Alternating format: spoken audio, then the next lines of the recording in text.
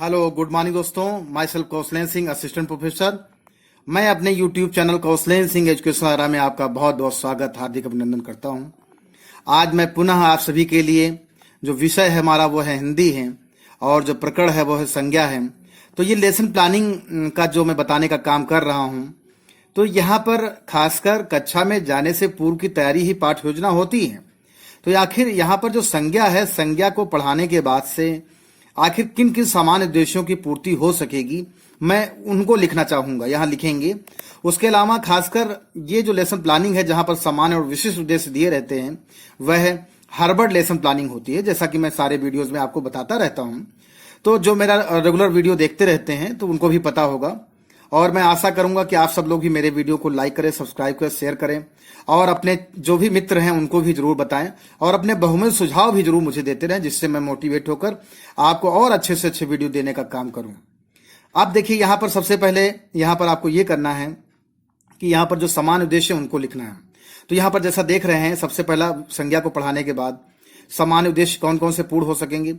एक तो यहाँ पर आपको स्पष्ट रूप से फिर से बता दूं कि यहाँ सामान्य उद्देश्य खासकर हिंदी में सामान्यतः सभी समान रहते हैं, लेकिन कभी कभी प्रकरण के अनुसार यहाँ सामान्य उद्देश्य बदलते रहते हैं। तो सबसे पहले यहाँ पर है कि छात्रों में हिंदी व्याकरण के प्रति रुचि उत्पन्न करना, ये पहला हमारा सामान्य उद्देश्य होगा। दूसरा होगा कि छात्रों को व्याकरण संबंधी सभी नियमों परिभाषाओं से अवगत कराना, ये दूसरा हमारा सामान्य उद्देश्य होगा। उसके बाद हमारा होगा कि जैसे हमने बताया कि तीसरा होगा कि छात्रों के शब्दकोश में वृद्धि करना, ये हमारा तीसरा सामान्य उद्देश्य होगा। उसके बाद होगा हमारा कि छात्रों को शुद्ध उच्चारण करवाना, ये भी हमारा सामान्य उद्देश्य होगा, खासकर संज्ञा को पढ़ाने के बाद। अब सामान्य उद्देश्य के बाद आता है विशिष्ट उद्देश्य या व्यवहारिक उद्देश्य से बोलते हैं।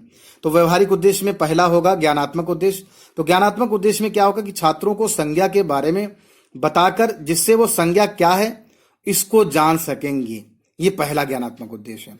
दूसरा क्या होगा क्रियात्मक उद्देश्य, कि कक्षा में छात्रों को एक छात्र से दूसरे छात्र से क्रिया प्रतिक्रिया करवाना, ये क्या होगा हमारा क्रियात्मक उद्देश्य होगा। अब हार्वर्ड लेसन प्लानिंग के अनुसार सामान्य और विशिष्ट उद्देश्य लिख जाने के बाद यहां पर आता है सहायक सामग्री।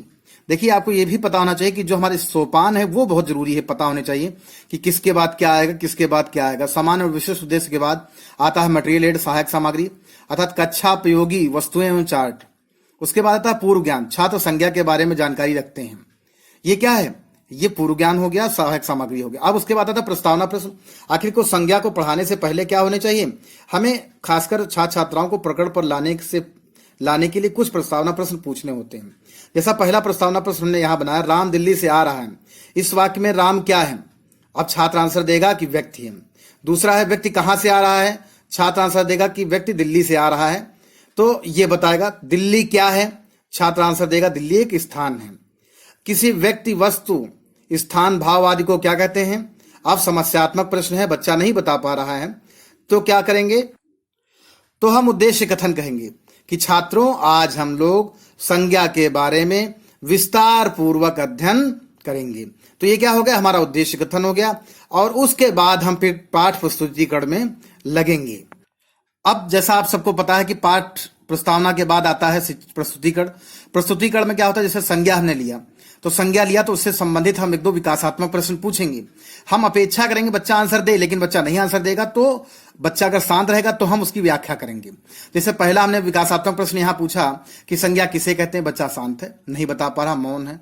दूसरा फिर प्रश्न पूछा हमने कि संज्ञा कितने प्रकार की होती है, बच्चा आंसर नहीं दे पा रहा। फिर हम क्या करेंगे, हम फिर व्याख्या करेंगे। हम क्या कहेंगे, किसी व्यक्ति वस्तु स्थान भाव आदि के नाम को संज्ञा कहते हैं। तो ये क्या हो गया, हमने संज्ञा के बारे में छात्र छात्राओं को पढ़ा दिया, आखिर जो टीचिंग पॉइंट था उसको एक्सप्लेन कर दिया। अब उसके बारे में फिर जैसे हमारा दूसरा प्रश्न है कि दूसरा शिक्षण बिंदु है क्या है, संज्ञा के प्रकार। तो संज्ञा के प्रकार के बारे में जैसे यहाँ पर सबसे पहले कहेंगे ये कितने प्रकार की होते हैं, अगर बच्चा नहीं बताता तो बताएंगे संज्ञा 3 प्रकार की होते हैं। पहला है व्यक्तिवाचक संज्ञा। अब यहाँ पर देखिए बच्चा छात्र अध्यापक जितने भी जो छात्र हैं वो सुन रहे हैं कि व्यक्तिवाचक बारे में क्या कहेंगे, स्पष्टीकरण देगा शिक्षक यहाँ पर कि जो किसी व्यक्ति स्थान या वस्तु का बोध कराती हैं उसे व्यक्तिवाचक संज्ञा कहते हैं, जैसे राम, गंगा, पटना आदि। उसी प्रकार फिर हम जातिवाचक जो है संज्ञा के बारे में कहेंगे कि जो किसी जाति समूह का बोध कराती है, जातिवाचक जो है संज्ञा कहलाती है। इसको भी छात्र अध्यापक जो है बोलेंगे और छात्र ध्यान से सुनेंगे। तो यहाँ पर जैसे यहाँ पर आप एग्जाम्पल दे सकते हैं, आर्मी है, जैसे बहुत सी चीजें हैं जातिवाचक, समूहवाचक, किसान है, लेबर है, उसके जातिवाचक, तो ये समूह को रिप्रेजेंट कर रहा है। आर्मी मैन, टीचर, शिक्षक, ये सब जातिवाचक हैं। उसके बाद फिर भाववाचक आएगा। भाववाचक क्या है? किसी भाव, गुण, दशा आदि का ज्ञान कराने वाले शब्द भाववाचक शब्द संज्ञा कहलाते हैं। यहाँ फिर छात्र ध्यान से सुनेंगे, जिसका एग्जाम्पल क्या होगा? क्रोध, मिठास इत्यादि। उसके बाद आता है बोधात्मक प्रश्न। तो यहाँ पर छात्र छात्राओं से बोध प्रश्न पूछेंगे कि संज्ञा कितने प्रकार की होती है। बच्चा जो आंसर देगा उसको हम सुनेंगे। फिर दूसरा प्रश्न करेंगे, जातिवाचक संज्ञा की परिभाषा सुनाइए। फिर तीसरा प्रश्न पूछेंगे, जातिवाचक संज्ञा का उदाहरण दीजिए। ठीक। बोधात्मक प्रश्न के बाद आता है हमारा यहाँ पर श्यामपट्ट सारांश, जैसा आप सबको पता भी है। श्यामपट्ट सारांश आता है। तो श्यामपट्ट सारांश क्या होता है कि यहाँ पर देखिए विषय, उपविषय, प्रकरण पड़ा हुआ है, कक्षा, वर्ग, कलांश, समयावधि, जो भी संज्ञा किसे कहते हैं, संज्ञा के प्रकार यहाँ दिया है, व्यक्तिवाचक, जातिवाचक, भाववाचक, उदाहरण बताएं। तो ये सब क्या है, जो हमें लगता है कि ब्लैक बोर्ड पे हमें लिखना, वही चीजें यहाँ पर लिखी हुई। श्यामपट्ट सारांश के बाद आता है पुनरावृत्ति प्रश्न। पुनरावृत्ति प्रश्न यहाँ पर क्या रहेंगे कि संज्ञा किसे कहते हैं। हम बच्चों से फिर रिकैलकुलेट करेंगे, जिससे बच्चों को क्या है थोड़ा जानकारी मिले, क्या है उसमें, क्या करके लाना है, तो क्या उसने याद किया है, अभी तक जो पढ़ाया गया उसका कितना इम्पैक्ट पड़ा है। दूसरा फिर प्रश्न पूछेंगे कि भाववाचक संज्ञा की परिभाषा उदाहरण सहित बताइए। फिर बच्चा जो आंसर देगा उसी से फिर हम अगले प्रश्न बढ़ेंगे कि जातिवाचक संज्ञा की परिभाषा बताइए। जातिवाचक संज्ञा की परिभाषा क्या करेंगे, फिर बच्चों से सुनेंगे। देखिए ये जो पुनरावृत्त प्रश्न होते हैं, इनसे हम क्या करते हैं, खासकर जो छात्र और छात्राएं होती हैं उनसे जो है हम ये जानने का प्रयास करते हैं, फॉलो अप जिसे सर्विस बोल सकते हैं, कि जितना हमने पढ़ाया उसमें छात्र छात्राओं को कितना समझ में आया है।